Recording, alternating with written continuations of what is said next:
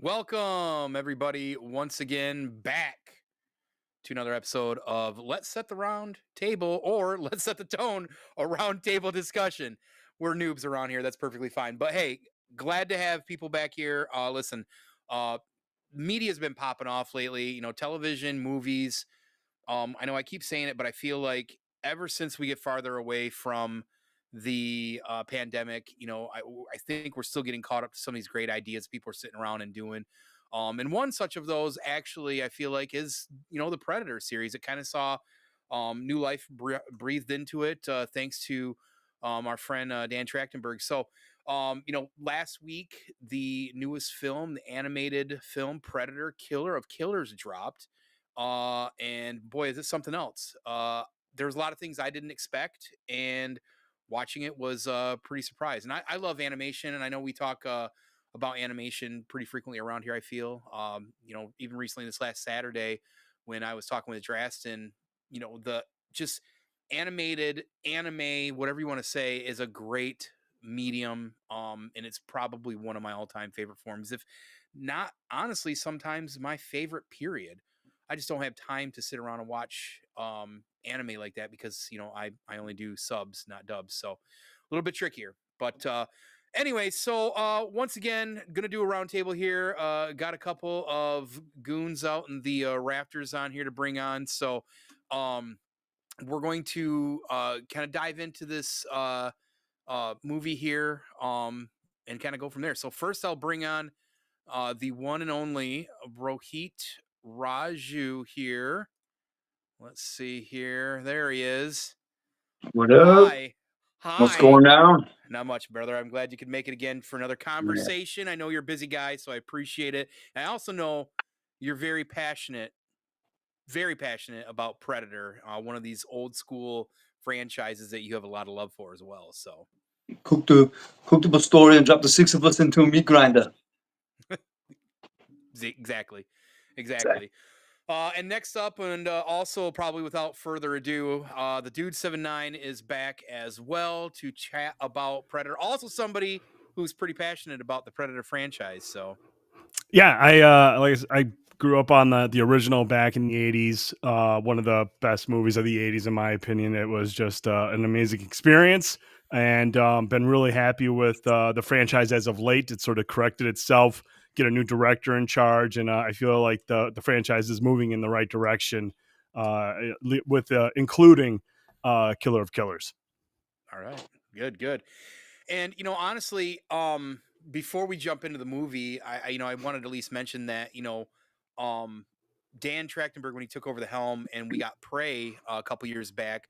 I feel like for the most part, Prey was pretty well received, right? I know I personally enjoyed it, and overall, again, it seemed like a lot of people did. Um, I don't recall, Rohit. I think you're kind of a little mix on it. I know that I think me and Dude were really big fan. Like I was a super fan of it initially too, just because I really like kind of the timepiece. I think that was definitely kind of an interesting era to kind of tackle. You wouldn't expect, right? But where do you stand on Prey before we kind of jump into this? I like Prey. It didn't wow me like it did a lot of people, but I thought it was good, especially for a return to form for the franchise. But I liked it enough to where I can sing its praises, but I didn't like it enough to where I watched it more than once. Okay, And it okay, fair wasn't, enough.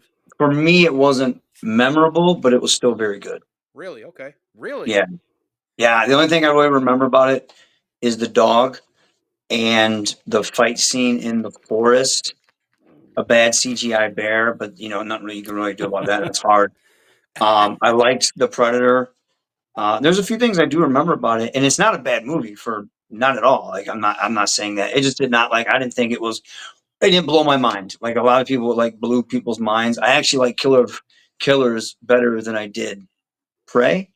Um, Really? Okay. I did. I think for the first half, the first two really pulled it in, and we'll obviously talk about that.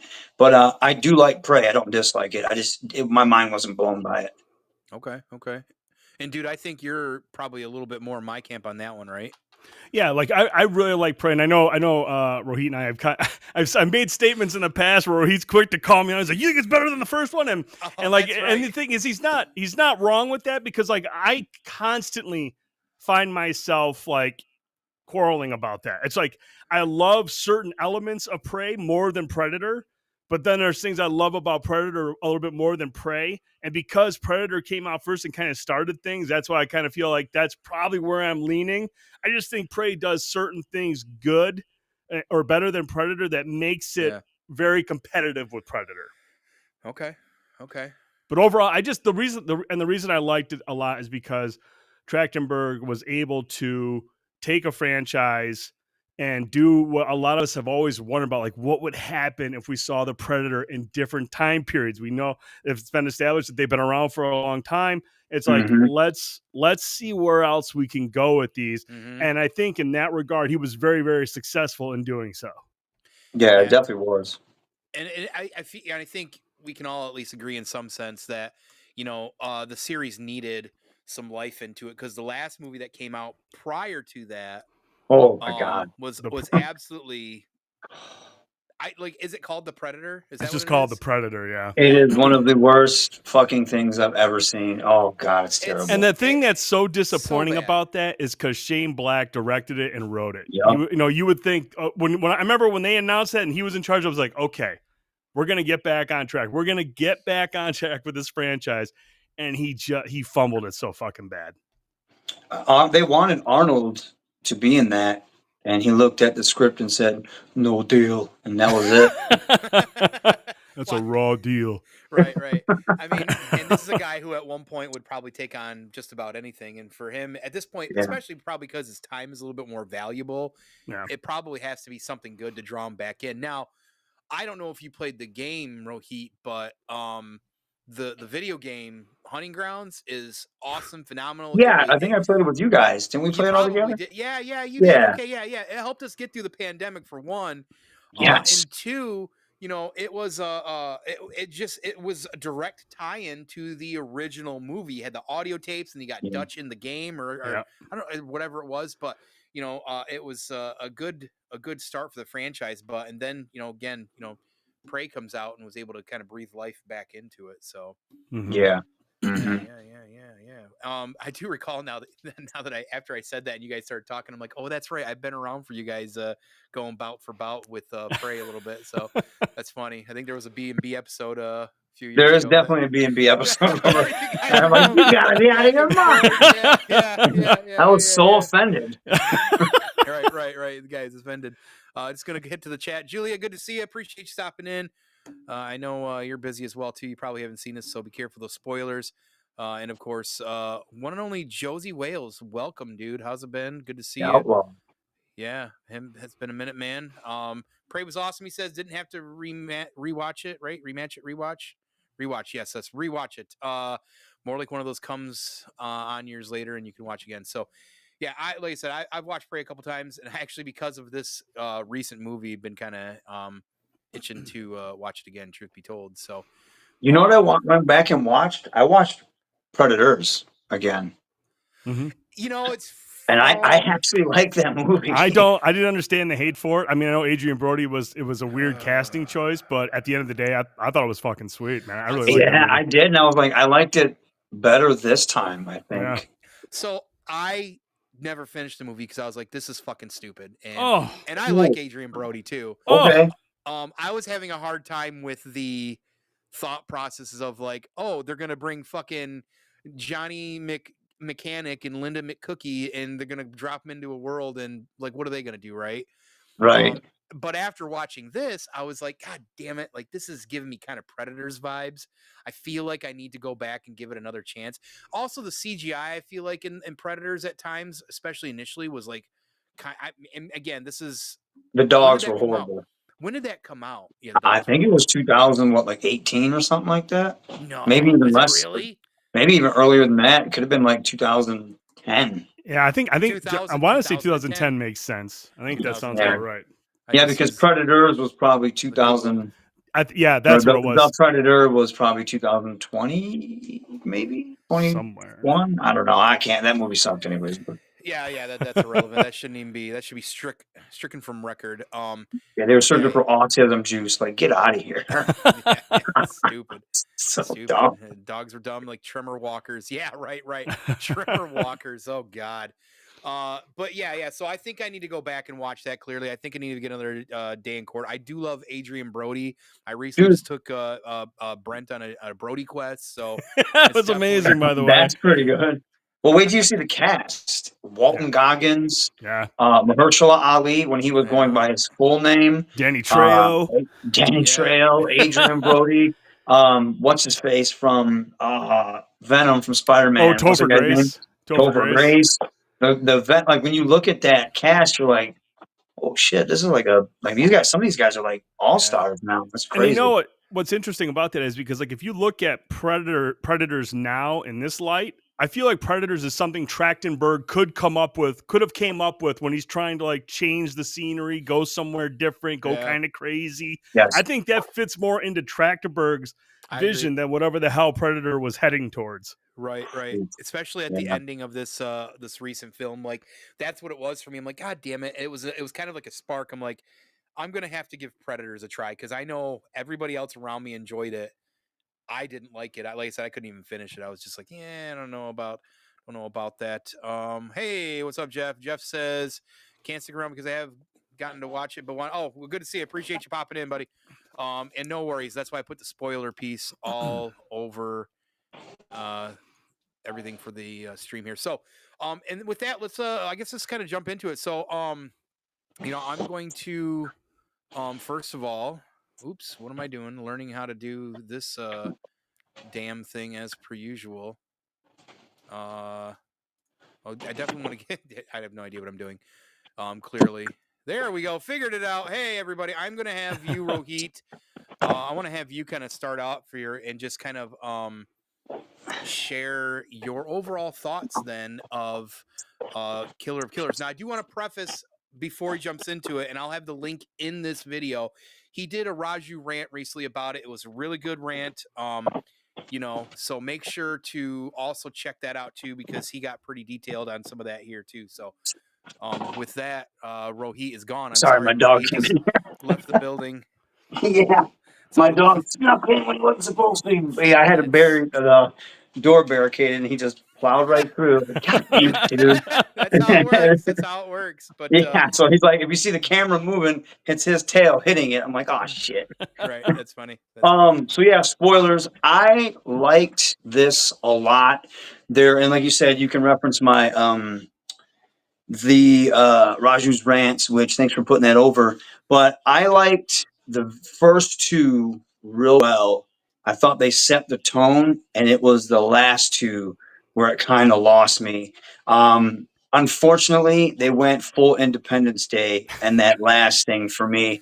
And I say this because you set the tone with a very serious, like it feels serious, right? One of the things about the first Predator, um, that it's a sci-fi horror, almost like action film, but it makes you're immersed. It suspends your disbelief, right? Um, you feel like these things could happen, and that's what the first two episodes did. The last one, not so much. When he's hanging off the plane, they were like forcing stuff. The comedy, his captain like sacrificing himself, but he didn't really need to because it made no impact on the end game of what was going on. So it was kind of forced. And then at the end, with the very end, it seemed like, oh, he can figure out the technology. I hate stuff like that. Like you can't. Like I don't care. Okay, it has a throttle, cool. All these other buttons and languages, you're not going to figure that stuff out. And I understand that there it goes from a serious not even a slasher, because you don't want to get in that slasher territory, but it feels serious those first two episodes. And the last two, it feels like Fast and the Furious, and they kind of lost me there. Same thing. They had that manufactured drama when the Viking lady Ursa, she swings down. You think she's going to sacrifice herself, and then she doesn't. And I was just like, there was no point for that. So that it kind of lost me with some of that stuff. Them fighting the King Predator and like being able to go toe to toe with him. It's like you have to and these are just my complaints. I'll go over the praises in a second here. You can't, like, you have to have some type of rules in your universe. So the Predator can't come through, one hit smash the cannon fodder guys, and then next thing you know, he's trying to hit you and you're blocking it with your sword. Like, it can't be one or the other. It has to be both. One of the things I like with Arnold in the first Predator is that he's this big buff macho guy. He cannot go toe to toe with the Predator. He gets slapped around. Predator's just kind of playing with him, not really smashing him. But then Arnold has to get away from him and, trick him until the thing smashes him. He has to outsmart him. Same thing with Prey. She can't go toe to toe with this dude. So she has to outsmart him. He sinks in the mud. And this, they're like going at the end, going toe for toe, like physically fighting these predators. And I was just like, like, if you show me these predators come in and they one hit kill everybody, then it should be the same physics dynamics for this. Don't do that. Make it smart. I did. The animation took a second for me to get used to. I loved the whole Viking thing. I thought was pretty cool. I love the samurai one. The fact that there was like no words spoken except for like until the end. They did such a good job. It had emotional weight. I understood what was going on, and I was attached to the characters. And they did that all through physical storytelling. And then the next one with the Torres guy, it was like the direct opposite. It's just like, man, what happened? And then, like I said, at the end, it just felt like Independence Day, Fast and the Furious, Hollywood cliches. And I was just like, you guys were doing so well, but you just, for me, you didn't stick the landing, and you put like that forced weird Marvel humor in there, like bad Marvel humor, not the good Marvel humor. And I was just like, I don't know. I don't buy that. One Predator should be enough of a force to wreck everybody. And then you're fighting the King Predator. And not only that, but you're fighting this huge dinosaur. And it's like, you guys are just normal humans. Not only that, but you're humans out of time. And that was something that bothered me too, is like, they're humans out of time. Uh, but they were like, nothing scared them, nothing bothered them, nothing, they weren't amazed by anything. And I'm just thinking, like, if you show these guys a cell phone, their minds would be blown. You show us a cell phone in the '80s, our minds would have been blown. So just small things like that. Like, I'm immersed in the world with those first two episodes. Besides, like, the Predator comes out and no one really freaks out. Like in the first one, you have these big badass army guys blindly firing into the forest because they're scared. That's like that. Those are the small nuances of storytelling that are really cool. Then you have these coked up Jamaicans in the second one. Same thing. They're like freaking out because they don't know what this thing is. But then in this cartoon, everyone just seems to be like, "Oh, okay, let's go fight it." And I was like, that kind of takes me out. But the good stuff, I thought the animation, like I said, it took me a minute to get used to. I thought that was really good though. The way it moved, it felt very cinematic. The first two stories, man, I was invested. I was hooked. I really cared about her son and her backstory. The way they told that was really cool. Same thing with the two brothers. I cared about that when they sat there with the sunset. That stuff was really cool. I do like the little nod at the end that they were putting people in ice, and then they were. They referenced that with the Prey, and you saw some other aliens back there too. I thought that concept was really cool. One thing I do want them to do, if you're going to come out with this Predator universe and you're going to do like these side things, you got to have this. So this is what I kind of meant on my Raju's rants. You got to have the Predator win in a way. Like the end was cool because they didn't kill the King Predator, so that was nice. But if anyone ever watched that new Terminator anime, that it didn't end like how you figured every other Terminator would end, right? It ended almost kind of bleak and kind of dark, and it was very creative. And they had this side story with the Terminator that kind of breathed some life into the franchise, and it was different, but it still had the same vein. Which is a like with very these, good animation, in my opinion, too. Like I thought that was yes, awesome for the yeah, record. like I was hooked from holy beginning shit, to end yeah. with that. And what I mean by the Predators is like you can't continue to repeat the same formula. Like, yes, they lose all the time, but you have to, like, that's why I like Predators. The ending was different. They were still stuck on the planet, or spoiler, sorry, Tone, but they were still stuck on the planet. Like, it still ended with like some type of despair. And then the second one, right? Yes, he kills a predator, but these other predators come down, and you see like, oh shit, they've been here for a while, because that ends in a way.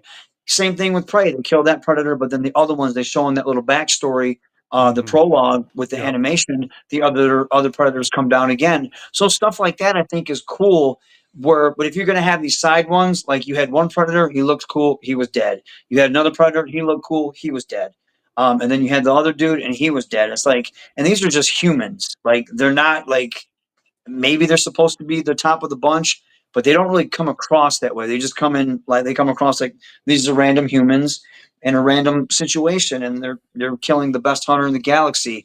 So that just kind of takes me out. If you start doing that continuously, then it just feels like a slasher flick to where you're just seeing like, oh, okay, well, how's the predator going to die this time? What cool gadgets he's going to have? What cool deaths are we going to see?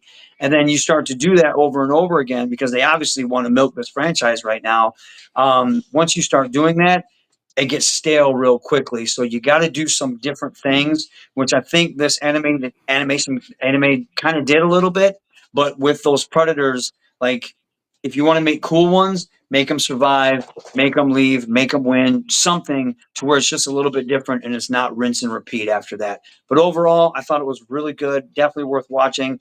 It's a good step in the right direction. Trachtenberg, seems to have his head on his shoulders and knows what he wants to do. I think they need to establish a little bit more rules with the Predator universe, as in, so if this works for this, then it shouldn't work for that, or it should work for that. Or if it doesn't work for this, then it shouldn't be the same type of, you know what I mean? It needs to be, it can't end up being, it works in this situation because we need it to work. It needs to make logical sense if I'm making any sense. But overall, really good animation. Please, 8 out of 10 for me. People need to watch it. And then I'm fingers crossed for Badlands. Yeah, for sure. No, and I told you, I think, when you were talking about it too on the rants, that you definitely have some interesting points that I certainly didn't think of. Definitely, way more specific and granular, so I think in some ways, with your perspective, and I think that's great. Like I said, I know you're like, I clearly enjoy Predators like everybody else too, or Predator, I should say. I just think that both of you are a little bit more closer to that than I am in that sense. So, but no, that's great. It's Trigger, he says unfortunate too, because that's how my brain works with stuff like that I'm really into. I notice the nitpicks, and I hate it because a lot of people are like, "Oh, that's so annoying. Just turn your brain off and watch right, it." Unfortunately, with something that I'm invested in, I can't. My brain doesn't work that way. Right. No, that's fair. I appreciate that. How's that Trick? Am I a little bit louder now? I know I don't know if I've got the mic too far. I've been dealing with this recently. Once again, audio on my stream. So, because it never ends. I'm starting to think this pod track thing's a piece of junk. But let me know what you think out there, Trick. That sounds good. But I'm gonna turn it up a bit more. Oh shit. Okay. I feel like the more I do this, I don't know if it's overall if I should be doing it or my individual track. What do you think? I wouldn't. I don't think I would turn up your track too much more. I would turn up the audio through EV Mux maybe, because the track is gonna control the gain and stuff. It's already as far as it can go on my side. Okay. For EV Mux, so this is directly. I'm just trying to turn up now at this point the pod track. So I'm doing the main control at this point. How does that sound, Tricky? That better? I'm going to pause one time. Thank you, everybody, for your patience. This is something we deal with at... I'm at Godzilla level now. Jesus Christ. Right. Bum, bum, bum, bum, bum, bum, bum. All right. Well, we'll at least get Dude going here. Yeah, what if Trick just had it on mute the whole fucking time?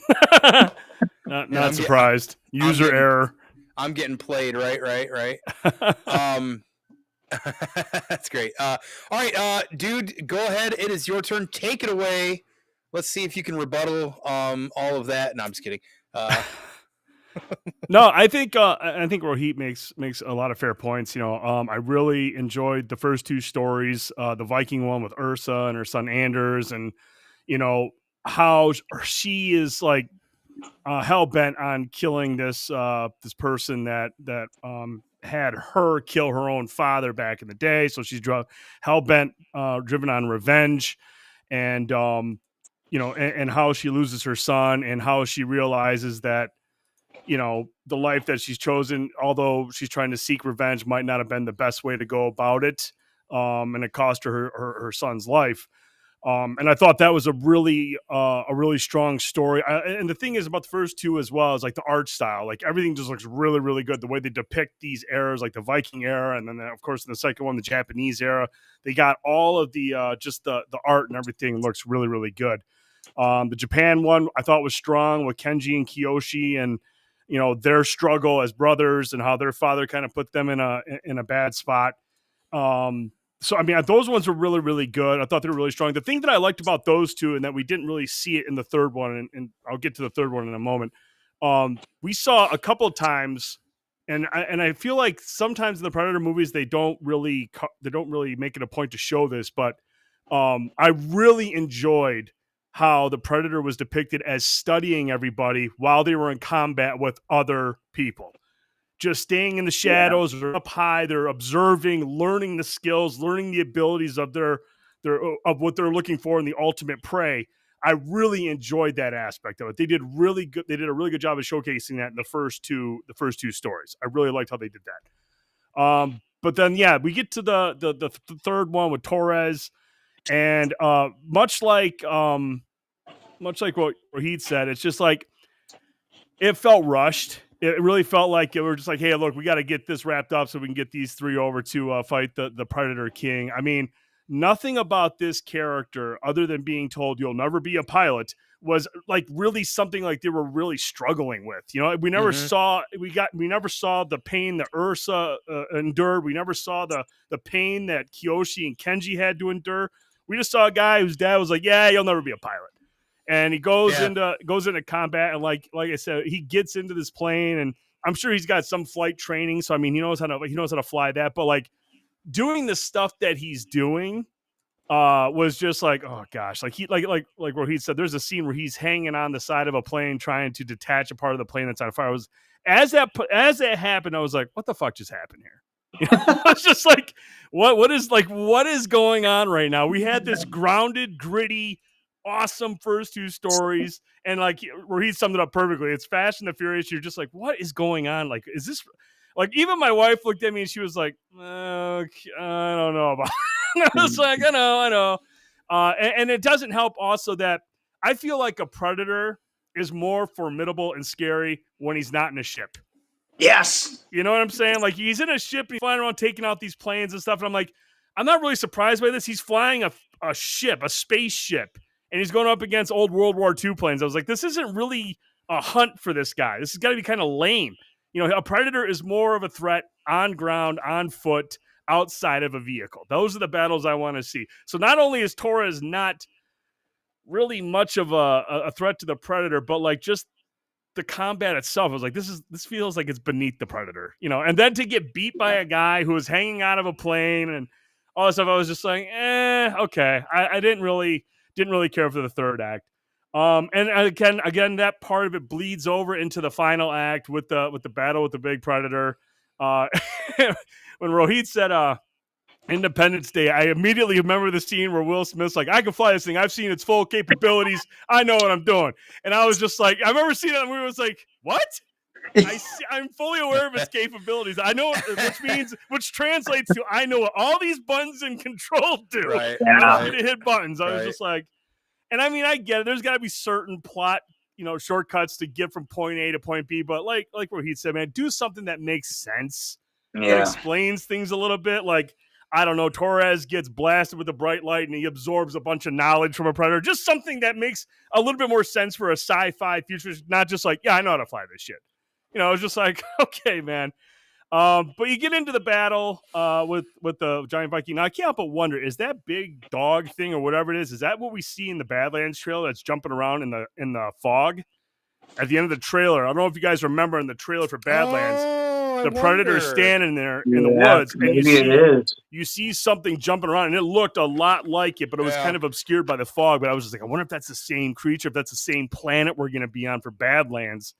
So I couldn't really put that together. But the battle with the Viking King, it is what it is. Like I said, you got these are the best of the best. So I'm assuming per the story, it's got to make sense that they can go toe to toe, which even though it doesn't make sense, but I mean, there's a lot of things that didn't make sense even in Predator that ultimately got us to the finish line for the showdown between Arnold and the Predator. Then, I mean, the one scene in particular that always bothered me in Predator is the Predator's got his shoulder cannon, right? And he puts a toilet-sized hole in Blaine with one shot. Yes. He blows out Yes. Mac's brains. He one-shots Poncho in the head. And he blows off Dylan's arm before impaling him. Yet when Arnold takes a shot to the arm, Yes. it's a flesh wound.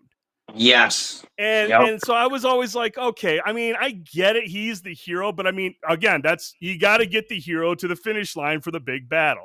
Yeah. And that part, I was always just like, that's weird.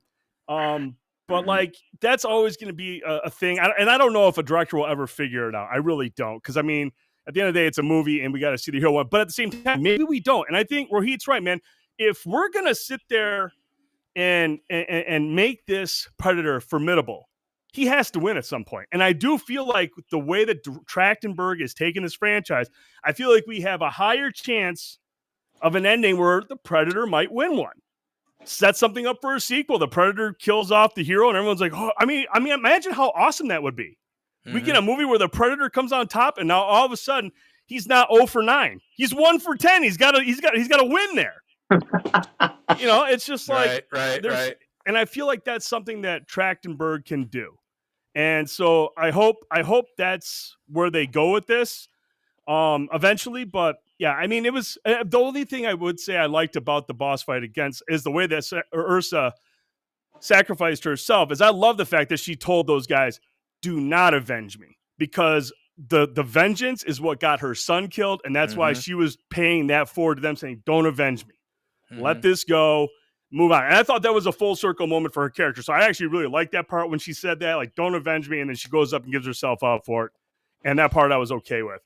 But overall, I mean, like, great movie. I thought it was really enjoyable. But yeah, that third act was a little goofy. Again, it's how, I don't know how else they would move that all forward to the end to get to the finish line. It is goofy with Torres, but I mean, overall, I thought it was really, really good. Awesome. No, that's great. I think that you guys got, honestly, a lot of great thoughts on that. Probably way more in depth than honestly I'll myself. But I do want to go to the chat here for a moment before I jump more into myself here too. Just to highlight a couple things, because Josie and Trick over here have been bombing the entire chat nonstop. Overall, I clearly seems like that the guys have enjoyed it, enjoyed the movie, but they were kind of following a lot with what you guys were saying. I feel like both of you. Josie was asking about maybe is that redeveloping the movies? Maybe Josie. I do believe I saw Trick say something about being an anti-hero as well too. I don't know if he's talking about the Predators in some sense as well. Badlands. I think that's what Badlands is going for. I think right. That's what he's referring to. Yeah. And then because these guys are rapid firing out here. I can't even keep up. I did see I'm pretty sure that is a white man can't jump quote right there. No, right here. Even if you win, you lose, wherever the heck it is. I'm bouncing them all around. Because Rosie Perez says that at the end of the movie. So Billy, give me some water. Give me some water, Billy. I can quote that movie all day. No, so again, like I said, I knew you guys were going to be a little bit more deeper on some of these things. I'm just going to start out just generally. Well, first of all, how do I sound out there, Trick, Josie? Do I sound like Godzilla, or I sound like Fievel? Because I'm like, where am I at? Am I like, or anywhere in between? Maybe if anybody out there don't mind, just kind of give me an idea. I mean, I am speaking a little bit louder now, but I have messed with my levels a little bit here. You swallowed that shit? What the fuck are you talking about?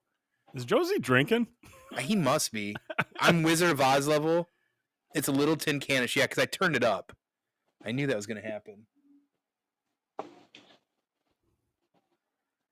How's this? Is a little less tin canish now? So you sound clear on my end. I know. You guys sound clear and perfectly fine, and I've messed with your levels a little bit here, but I don't know why externally outside of the streaming side of it, it's not at all. So I don't know.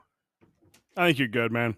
Yeah, I Josie can hear said you. he can hear you, so we're good. Okay, is it sound tin can? Whatever. Anyway, very very frustrating, but that is part of the B&B charm, is the consistent audio issues. So I love this movie. From just a general standpoint, I love the art style. As soon as I started watching it, and I don't think that I had been keeping up a lot on it, clearly, because when I started watching it, I was like blown away at first by just the stories. Like, even initially being like, wait a second, are we going to be dealing with some Vikings right away? So I felt like I got a little bit more of a surprise going into it, because I didn't know what I was, I guess, seeing at that point. Which was fucking great, right? Because, and right, and you're jumping right in. To be able to see, a time period like that, and being something like Vikings, a group of people who, went to war all the time. And when you think about fighting like great warriors or whatever it would be, right? So, that was really exciting. And it was, I mean, even the story within that, like outside the cool stuff the Predator was doing, like, the stuff with her son, how her vengeance ended up costing lives, and that whole entire backstory was just, it was really unexpected, I think. And after that was finished, we get into the other couple, and I initially, and I'll come back around to it, was thinking that this was going to be like an anthology series or whatever, right? Just where you get small short stories, and that would have been fine. And it really, in the end, truly kind of is that. Yeah. I just didn't expect, them to converge, which was where the extra treat kind of came in for me, on that. But I know there's been a common theme with some of the discussion so far, that uh it's weird to see the Predator come in and swat everybody else, and then like all of a sudden there's somebody that they fight. I, to me, just think that that's always just going to be kind of part of the nature with it, because I think it always comes back to like either some sort of like warrior instinct, or maybe even that David and Goliath kind of thought process, right? Like, it's like those games, like where you have just like tons of troops, but then you got to fight the general or the commander, right? Everybody else is easy. Everybody's like slicing through butter, but then you get to somebody else and it's a whole different tale. And that's kind of how I guess I kind of perceive and look like that. I mean, even the original Predator, like all these crazy big tough guys, and for the most part, Predator's taking them all out. But hey, Dutch happens to be the one that was able to, either outthink or outmuscle everything about him. And I think that's another theme about it too, is like, because you look at Danny Glover in the second one too, like, well, he ain't Dutch, right? But he's smart, and he's, he's streetwise, right? I think was always kind of the thought process there. So I just feel like it did a really good job of showcasing that. And now, of course, the second one I fucking loved, right? It's feudal Japanese, and just like the way Rohit was describing it, right? Like it's telling a story without saying a whole lot of anything. And that's tough to do generally, but to see a Predator movie do that, an animated Predator movie do that, was like, I was probably mind blown the entire time, honestly. And man, when he just finally get to the fight with the Predator, I was almost like bummed. I'm like, I don't know, I was kind of having a good time watching these two guys go at it, right? So that was a great one. I really, like I said, I really enjoyed that one. And here's where part of the divergence is going to come. I love flight combat in any form. I love flight movies, all of that shit. I actually think that, and it's funny that you guys are fucking completely just running it through the gravel, because I enjoyed that one. Now I will say, definitely there was a lot of campy bullshit in that. Even while I'm watching it and enjoying, because I'm like, oh man, this is fucking sweet. We're in World War II, right? In a World War II plane and doing all this stuff. Like when he's out hanging on the side and doing all that bullshit, like get the fuck out of here. You got a hammer in a wing and you're knocking, like, come, all of that was so stupid. Yeah. I was like, God damn, like we didn't need any of that. We literally didn't need any of that. Like he could have flew around like the battleships, he could have done all kinds of different things, anything different. But like, why? Like we didn't have to be so extra about it. It was so like, that took me out right away at that point. But I love the flight combat thing in anything. Like, I mean, there's an obsession. I think there always has been as a kid. My granddad was in the Navy. He was on a plane, and his job was literally searching after World War II for any remnant German U-boats. So like, he always told crazy stories. So I've just always in aviation have just been fascinated with it. Right. So to see something like this in that era and a Predator do that, and a Predator, who normally, yes, is feet on the ground doing stuff, this crazy like ace pilot, flying around. He looked like what did he look like? What's his name? Blade from fucking Masters of the Universe, the little eye patch over him. Yeah, he did. First thing I saw it too. I was really into it, like at that point. And I definitely agree. I think the levity in it was probably the biggest issue I had too. He should have been a little bit more Cuba Gooding Jr. in Pearl Harbor than everything else going on. I think more than anything would have been better, for sure. But when they all ended up and you start seeing them getting captured and they all end up on that planet, I was like, no fucking way. Like, I honestly didn't expect that. And again, maybe I missed something as trailers were coming out and all that pre-shit was coming out. I had no idea for what I was going to be getting into or going to be seeing in this. Yeah. And I think that's probably why for me there was a little bit more of like excitement, awestruck, and it was hitting like that kid excitement with the all the combat and everything, because it just felt like the stuff that they were trying to convey you probably couldn't do in live action because it wouldn't be believable. Well, truth be told, nobody on a fucking wing on a plane like that is going to be believable even in animation. But Oh no, Tom Cruise. little different though, yeah, because that's in the new. It's something similar in the new movie. That's funny. It's really funny. But that's fucking great. Once you get to the whole end, I definitely agree with the fucking technology thing, like that. Like, what the fuck? Like, it just you said something so perfect that, Rohit, when you said you show people from that timeline a smartphone, you're gonna have their mind blown, even from the 80s, right? And it's like, if they would just convey that better, like there should Yeah. always be surprise and shock when dealing with these things in any form hmm because of that technology. And whether they do or don't understand what an alien is, all that shit, it should always be like that. And I think that would keep me more in at that point, if that makes sense. Yep. But overall, again, I digress. I did enjoy it. Like I said, it sounds like I liked the flight one a lot better than you guys, just because I love that era, and I thought it was pretty neat to, for the first time ever, see like a Predator who's not probably only prowess is great on the ground, but also in the skies as well. So, yeah, that's me. I do want to go to the chat again just to see if we got anything else to follow Before up you with get that, everybody. before you go to the chat, Tone, there's one thing I want to point out. The best thing about the third story is that finally Michael Biehn joins Lance Hendrickson and Bill Paxton as a character to have been killed by a Predator, an alien, and a Terminator. That's because Michael Biehn did the voice for Vandy, the pilot or the commanding officer for Torres. That's Michael Bihn's voice. That's fucking awesome. Congrats to Michael Biehn. You've joined an elite club. Yeah, right. And I did say, even though I didn't like that third episode, I do feel like the dog fights were cool. Yeah. That was cool.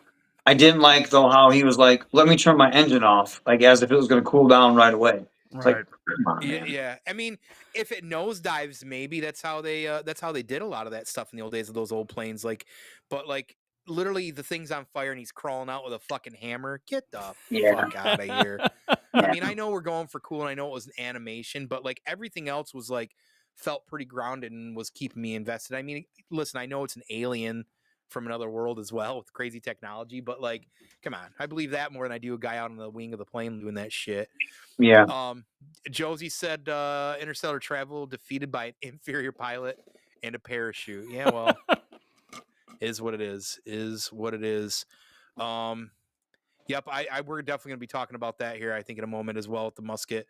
That's a pretty wild pretty wild callback as Just well. keep passing. Just seriously, just keep passing that through all the movies. Make that the one constant from like all the movies. Is the musket keeps going and through. never and don't explain it. Nope. Just let it. Just leave it for the people that know. If you know, you know. Everyone else, don't explain anything. Yeah. Well, okay, then I guess that we'll see you guys later. That was the big topic next. Just kidding. It does come up though. Let's see. He does, Trick. What did Trick say?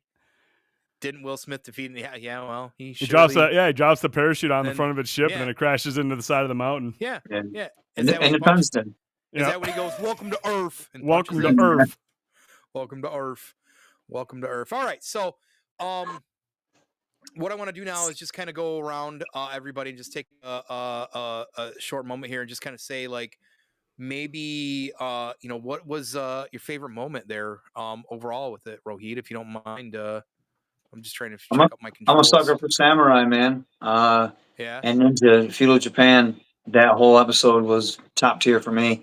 And to be honest, I was really invested in the story of the two brothers. Yeah. Mm-hmm. I was very invested in that, and I thought it was really good, man. That was my favorite moment. Was that whole episode, and then just I think if I wanted to pick my favorite moment out of the episode, it would have been the end when they were both sitting in front of the sunrise and they were talking and they finally made peace with each other. And he was like, leaves fall alone. And he's like, not off this tree or something like that. And I said, like, you're not going to die alone. So I thought that was cool. That was very charming. I like that. It's for the first time ever, like Rohit and I are on the same wavelength, like right now. Probably my two favorite scenes, honestly. Well, it's not so much a scene. Ursula's, like I said, her full circle arc was awesome. I really liked how she goes from being hellbent on rage to understanding that that's no way to live life, and how she encourages those guys, don't avenge me. I really thought that was just awesome to see her character come to terms with what her revenge lifestyle cost her, and it cost her son. So I thought that was good. But much like Rohit said, dude, the scene where the brothers have to come together, they defeat the Predator, which was fucking awesome too, how they figured out it was hiding. I thought that was rad. But then again, the moment they had there, after everything they had been through with their father, that was a great scene. And like you said, the scene about a leaf dies alone, but not from the same tree or something along those lines. It was just a very, very awesome scene. Like, it was really, that's where I was like, when I was watching that, and it sucks, man, because that's what leads into the goofy shit. You go with this awesome ending to a story that is so strong and so emotional, and something that a lot of people can relate to, and it resonates with a lot of people. And then you go on fucking Fast and the Furious, you're like, no. Next time, lead off with Torres and then build up through everything else. But those are probably my two favorites. Even though I did like the game of cat and mouse Ursa was playing with the Predator on the lake bed, on the frozen lake. I thought that was awesome. How she was kind of ducking behind the Viking ships and he's lighting stuff up, and kind of how she defeats that one was pretty sweet with the anchor. I thought that was awesome. So that was a good fight. Tried and true. It felt like very Predator, like old school Predator, like stealthy and trying to hide around. Where the hunter becomes the prey, or whatever you want to call it, like that classic tagline. So wow, prey, you said it. I mean, I just think overall that for me, I think we all agree that those moments and just that second one, like honestly, like they could do a full-fledged film in feudal Japan doing that, and I would have no qualms about it. Matter of fact, I feel like after Prey, that was something that we had talked about at one time, or came up, said if they're gonna do timelines, can you imagine doing one in Japan, like feudal Japan? Matter of fact, I'm almost 100% certain that had come up in conversation. So, I would that would be wild. I mean, it took us, only 15 years to get Assassin's Creed there. Maybe they can get a, Predator there someday. That'd be really I think cool, something like the Predator, though. I think that the Predator is more akin to samurais and ninjas, the way that it hunts, the way that it does its combat. I feel like that's like naturally what everyone would want to see. They see a Predator, like, oh, he's like a ninja. He's using the shadows, and he's striking one by one. He's not going in guns blazing. So I think a lot of people see that and they're like, that's what I would really like to see from a Predator. I want to see him go up against somebody that's very similar in its attack style, its defense style, and how it operates. I think that's same with Assassin's Creed. I mean, everyone just wants to see, it just makes sense in feudal Japan. Yeah. I think I think that's a good way of looking at it too. Absolutely. I mean, honestly, the helmet looks very samurai-esque, right? It does. It looks like a Yeah. Shogun mask or like something like that. Yeah. Right. So awesome. What is I'm gonna start again, of course, go kind of go around the horn here. For you, Rohit, what is the single thing about this that you just didn't like? I mean, I've got a pretty good idea. I mean, you've been very good at conveying your thoughts, but if you had to point blank say like what was your biggest issue overall? It was the campiness. It was that the last stretch, the last two episodes. It didn't lose me because it was still enjoyable, but it was disappointing because how you started and then how you ended. So I would say the tone, the feel, and just how it went from Grounded to Independence Day. It really that was disappointing to me. I would say that the last two episodes were disappointing. Yeah. Okay. Right on. Yeah. I'm gonna guess you're probably feeling a lot of the same, dude. Yeah, the third episode is the one that I feel like was kind of a departure from the first two. But the thing that I still liked about all three of them in general is just exactly what Trachtenberg is doing. He's bouncing around to these different eras, showing how the Predator has to adapt to certain civilizations or certain time periods, dealing with technology that they're using and playing down to their level, and just trying to make it a good hunt. So I mean, again, it wasn't ideal for the third one, but again, I love that Trachtenberg is finding all these different time periods and these certain, historical events to find a way to sneak a predator in there and find out what kind of havoc he can cause around everything else that we already know that's happened in history. Yep. Same. I think that at the end of the day, for me, it was doing so well. The campiness and levity, like levity's always fun. Like if it's like a quick 1-2 punch line somewhere randomly, somebody's just kind of being a smartass, right? But like I don't know, it just felt so heavy handed. In a lot of parts towards the end, because like you said, like it was doing so well, and it just takes you kind of out of it at that point. Like man, it's like you were this close to greatness, right, Krennic? This close to greatness. So well, I do want to call back, and I know I said it was going to kind of come back around to it, but Easter eggs. So that's something interesting that I haven't watched any videos on this. Normally, I watch a lot of like Screen Crush shit for Easter egg stuff because I do love that stuff. But like the two big ones, clearly, whether you consider them Easter eggs or not, but I was going to talk about the one piece of weaponry that apparently is just getting tossed around like now, like a fun Easter egg. I mean, without explaining it, so if you know kind of thing can be saved. What do you guys think of that? Do you think of that kind of a fun thing to kind of have get tossed around there, or cool callback Well, or whatever? I think it is cool. This has to take place, I would guess, before Predator 2, Correct. because Danny Glover was the last one to have it on screen as far as like modern time, unless something happens to him, unless he gets put up on that ship as well or whatever. But and so I'm guessing it takes place before that. I think that was cool. Josie had a really good call out in The Predators. There's a Japanese Yakuza guy that finds an ancient samurai sword. So he was wondering if that sword that's from that ship is maybe if that's a callback to one of these uh the samurai episode. Like maybe they stole that guy off the ship and they have his weapon. So that's a possibility. But so it could be that'd be really cool if that was actual callback. I couldn't find too many Easter eggs, although again I didn't watch like heavy spoilers or something like that. I usually like to watch that as well. Obviously, oh excuse me. Obviously there's the Easter egg at the end with Amber Midthunder's character from Prey.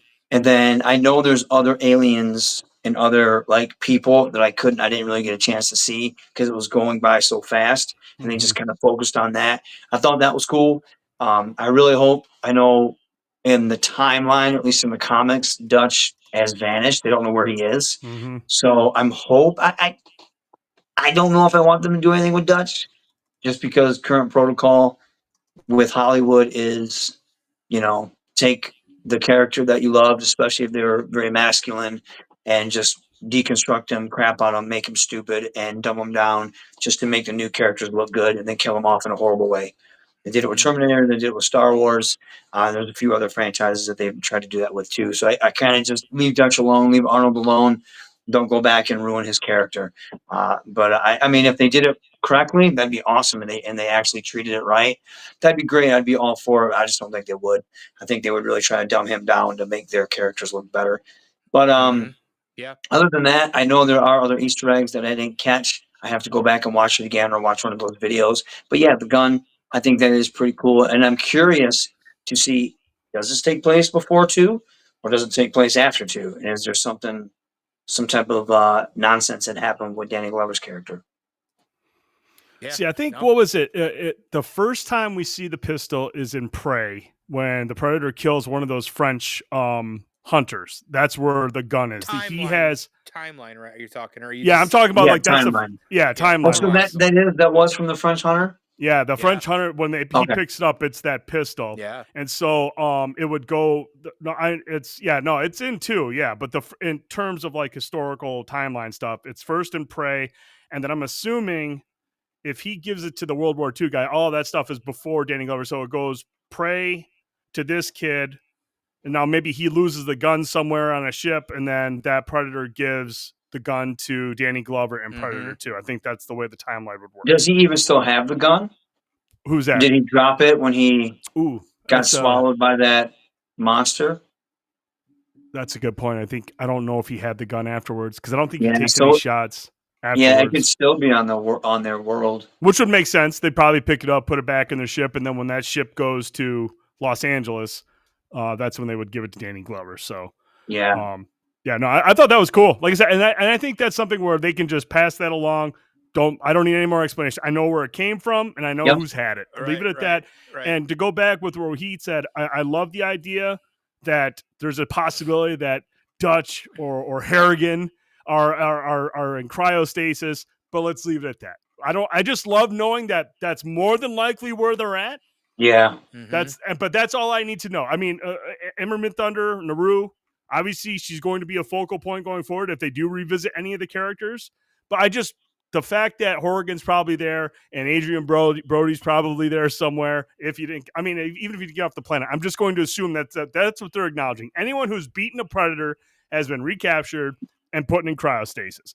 That's all I need to know. Don't do Terminator 3 CG or I'm sorry. Terminator Salvation CG Arnold and walk him out there.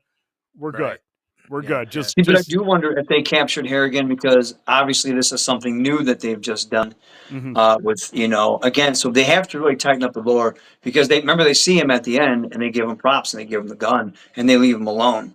So unless they're like, oh, hey, let's go grab that guy again. That's true, or grab him, you know what I mean? So they do have to establish because there's already canon in the Dark Horse comics. But obviously, they're not going to go by that. So they really need to tighten up their lore and not start stepping on certain things. Because in the beginning, the first 2 movies, and even in Predators only hunt when it's hot. They only came to Earth when it was very hot. But then in the AVP movies, it was winter. They fight the Viking. So that whole myth is out of the window unless it's a certain clan or whatever. I don't think the AVP are considered canon either, though. No, but I mean, at least now with fighting the Viking, that was all snow. So, in other words, though, they normally only go there when they're hot. Shit, I when it's forgot warm. about that. Yeah, so That's and a it's pretty always big the hottest day in the summer or the hottest day in a very long time, record-breaking heat. It happened in 2, and then in 3 in Predators, they fight in the jungle. It's a tropical jungle that they put them on.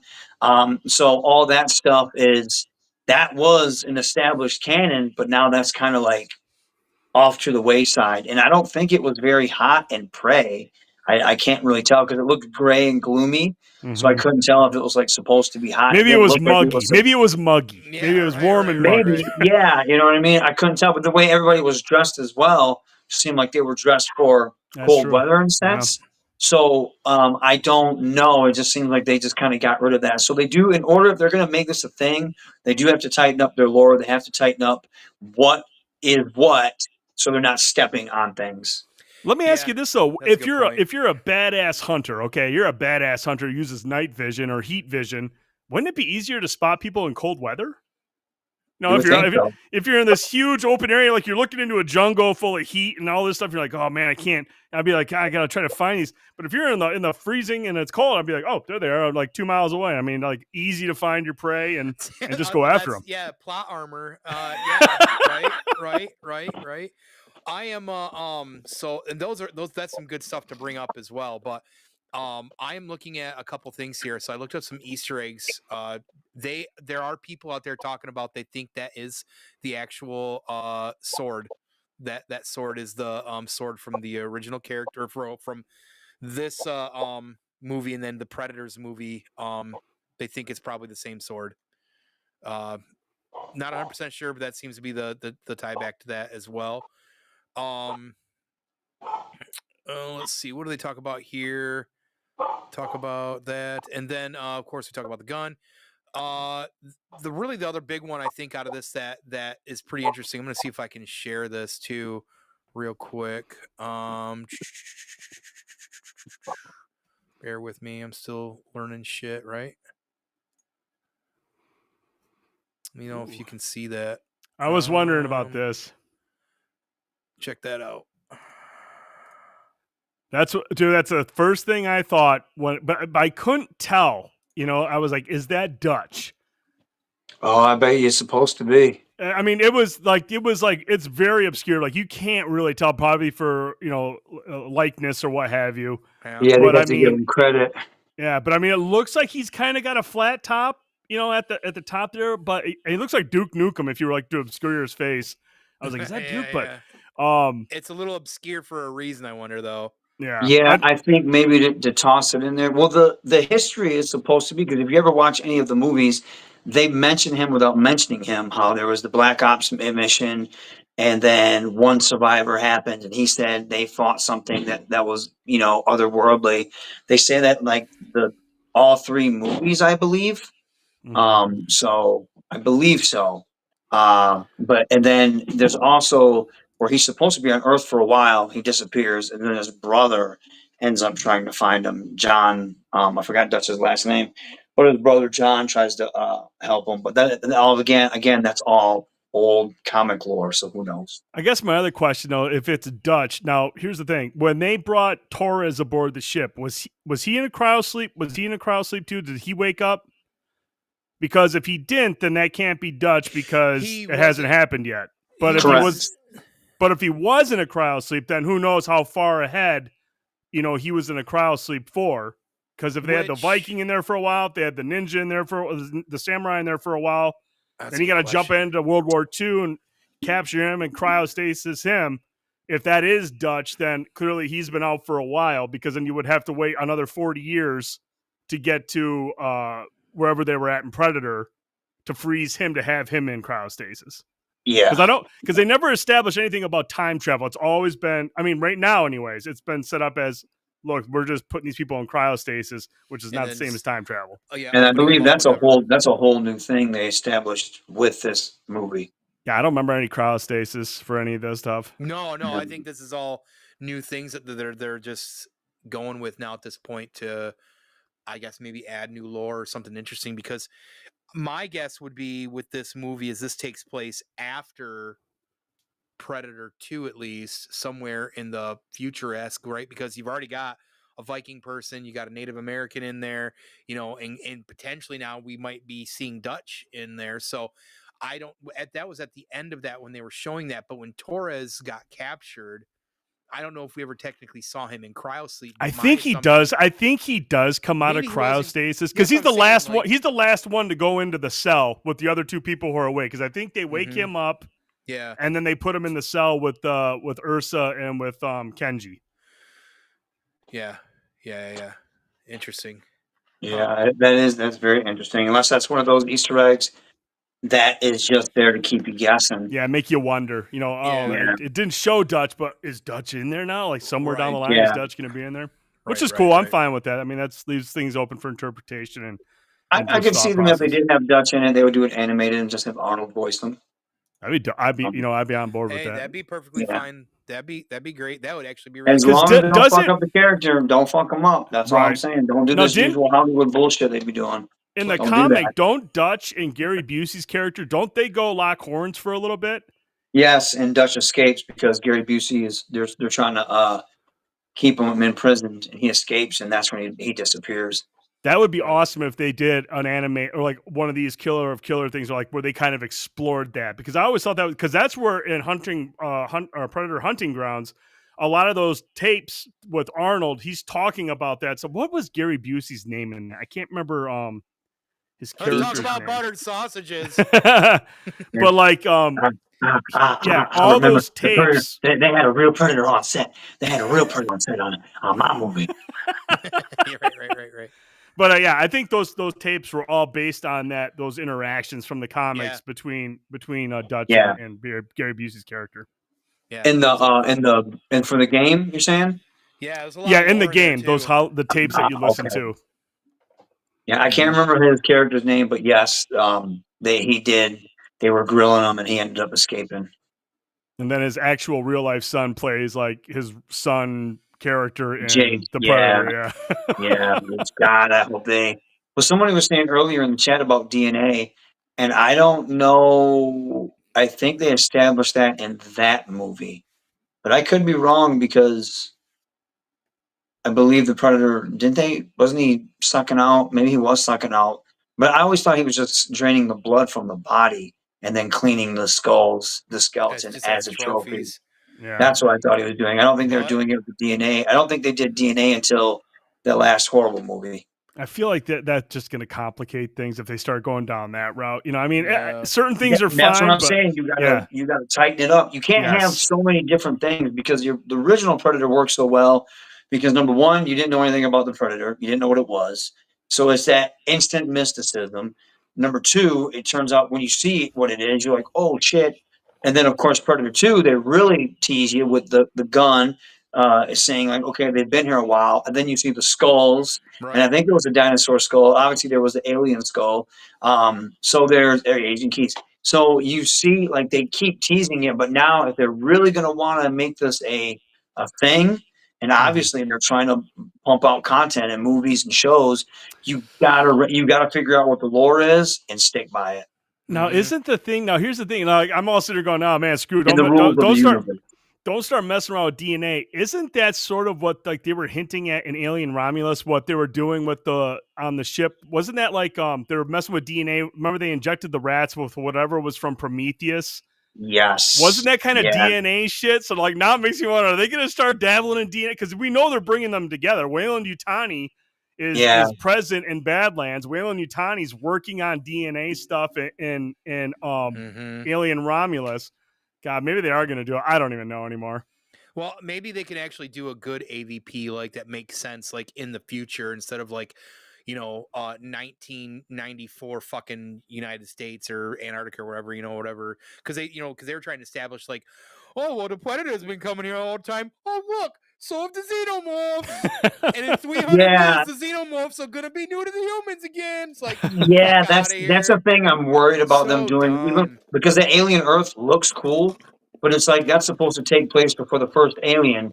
And when you start doing that type of shit, that's when it starts to muddy up the waters a little bit. Yes. And that's when it really, because you're trying to write something around and before something that's already been established.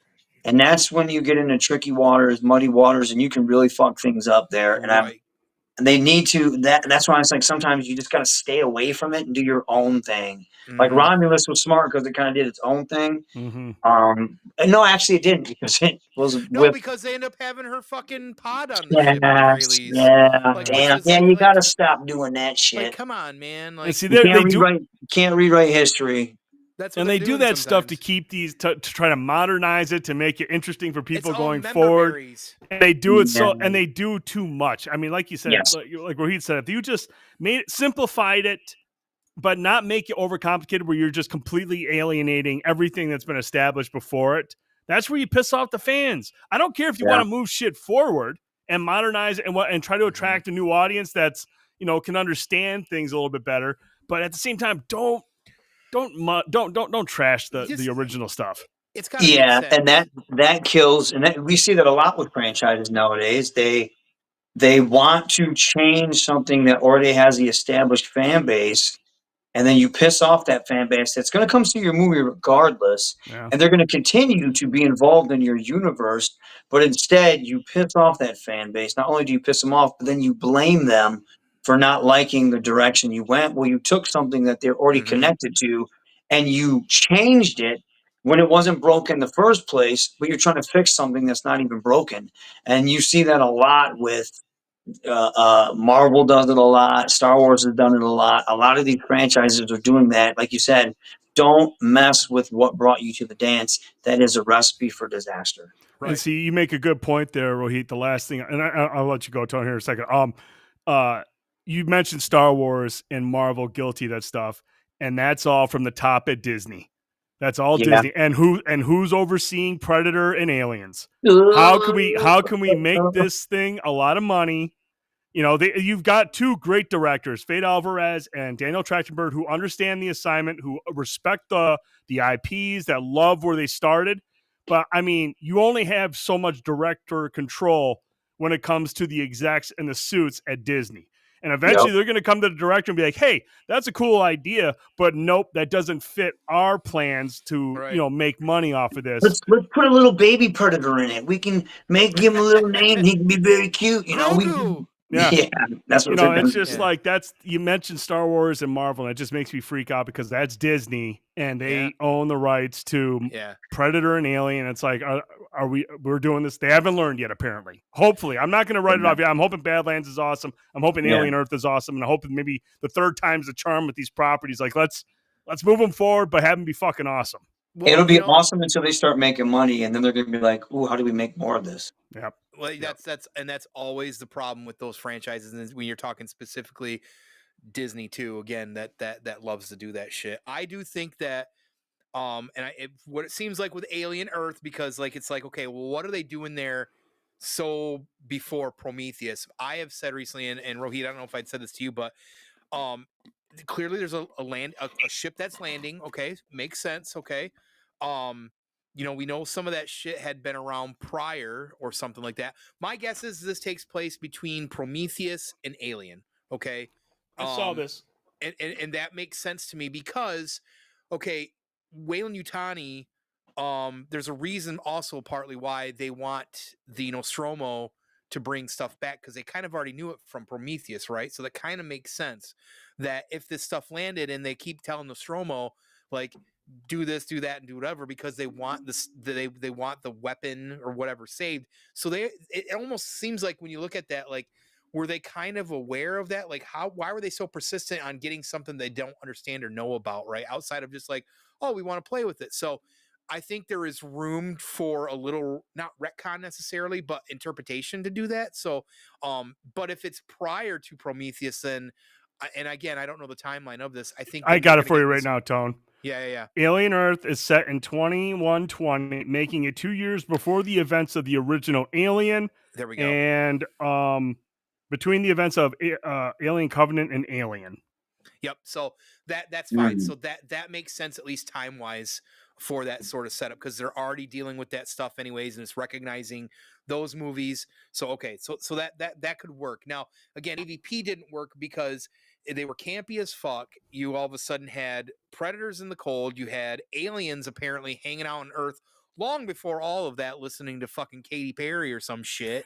Doesn't make any fucking sense. And not only that, like, what I liked about the Alien versus Predator shit in the old comics and stuff like that is, like, most of the times it was fucking colonial Marines going to a planet and sometimes even being the mix of this shit, but they were doing kind of sometimes their own thing on these planets, right? Like, it needs to be more of like off Earth, I think, in that sense. I think makes more sense. So, but we'll see. I'm a big fan of the fact that they could be building towards that, because maybe they can fix what AVP should have been and did not do, especially for me as somebody who enjoyed the content years ago. So, hey, either way, great talk, fellas. I'm glad that we are able to find time to continue to do this. I don't know what is coming out next that we can do this on. Maybe we can start throwing this in for movies as well for these roundtables. I definitely, there's a slew of people out there that certainly want to be involved in some of these. So as we continue forward, people will see different faces on here as well. But definitely the core of us that usually talk about this kind of media and talk about it constantly to each other, even while we're not streaming. It just always kind of makes sense as well. So, but with that, I appreciate you guys, like I said, popping on here. Before we have me do my housekeeping pieces, I do want to just highlight Rohit there. Rohit, why don't you kind of promote yourself for a moment as well, and kind of get where people can find you, what you've been doing, and what's going on around with you. Always staying busy with wrestling. I'll be headed to TNA next weekend, trying to get on that show, meet all the new bosses and stuff like that, saying hello to older, old friends. And then always, you might find me in a show in your area. And then, of course, Rohit Raju. If you look me up on YouTube, Raju's Rants, I have matches, I have clips. Raju79 on Instagram. And then, of course, the Rohit Raju on X. I don't really use X a lot, and I'm also on Threads. And then, oh yeah, I'm on TikTok too. You should look up Rohit Raju. You should find me on there as well. Awesome, dude. Yeah, and I'll have that video, your latest rant about this linked in there as well too. Thank you. Too, so they'll be able to find you, no problem too. Do you have a link tree yet? No, I need to do that. I'm in Slack. Yeah. I'm definitely gonna get that link tree. Yeah, get that goddamn link tree. Get that goddamn I will. link tree. Dude, what about you? I know we all know you're busy as fuck, man, but what's any updates you want to share? I'm tired, man. Right. No, this is last week of baseball, so I will be back streaming at a consistent rate beginning next week. We're gonna get back into Expedition 33, finally finish it up. And I do also want to start planning on getting an outdoor stream with anybody that wants to come, honestly, for a cookout, sit outside, have some beers, and just bullshit for a couple hours. I think that'd be a really fun stream to do. Yeah. So, but yeah, man, I'm just trying to hang on. I got 1 week left, and then my summer opens up until the beer fest, which I'm really excited about. Yeah. Me too. Beer to be drank. I am definitely game for that. Which is a good spot for me to kind of pivot again. Of course, now Half-Ass Beer Review and I were able to take some time to get a promo video out for the Great Lakes Beer Festival.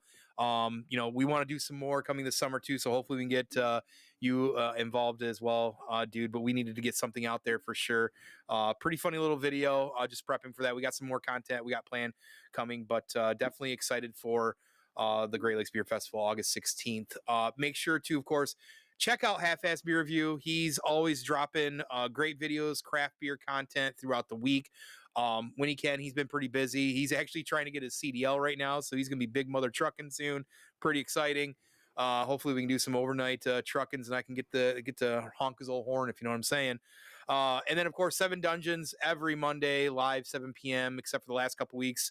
A lot of things have been going on in their life, so they haven't been able to put out any Dungeons and Dragons recently, but they'll be back to it next week.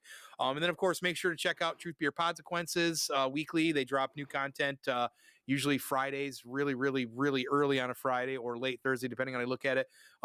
They're just doing all that great fun content, checking out the Cincinnati beer craft scene down there, different podcasts in the area. It's great stuff. They're very entertaining too. So, and as far as, B&B as a general, or the content that I'm doing right now, I guess, a lot of conversating, trying to get these roundtables together when I can, even if for, an hour and a half, just to have some fun conversations. It's been a good time. I've got a lot of things going on. If you could see my table right now, it's a fucking littered mess with all the projects and figures and painting and stuff that I'm trying to do. So keep an eye out for any World According to Tone. I had a great one this last Saturday. It was just a short one, a little over an hour. Me and Drastin popped in here, tried the new Sprite tea. You'll get diabetes more than likely from drinking it, so be careful. I make a lot of jokes about that.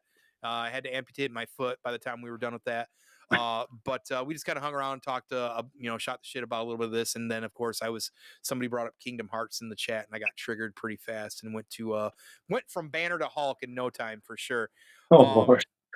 Yeah, that's how it works. And of course, Great Lakes Beer Fest, can't keep talking about it enough. You're going to see B&B. You're going to see Half-Ass Beer Review. We're going to be there recording, streaming live from that event, August 16th, Dow Diamond, Midland, Michigan. get your tickets online early. You get those VIPs. You get to enjoy some air conditioning at the buffet. If it rains, doesn't matter what the weather looks like. We're fine in that beautiful corridor there in the beautiful clean facility that is Dow Diamond. So, but if you get your tickets early, you also get a discount. So pretty sweet. And there's going to be over 70 breweries, distilleries, meaderies, and even canned drinks as well. So make sure to do that and join us for that. So, but once again, thank you guys for hanging out. Appreciate it as always, dudes. So that'll do it for this latest roundtable of Let's Set the Tone. I'll keep you posted when the next one comes up, and maybe I'll have some audio fuck ups as per usual. So you can probably definitely guarantee that. So talk to you guys real soon. Thank you so much, guys. Appreciate you guys again. Peace.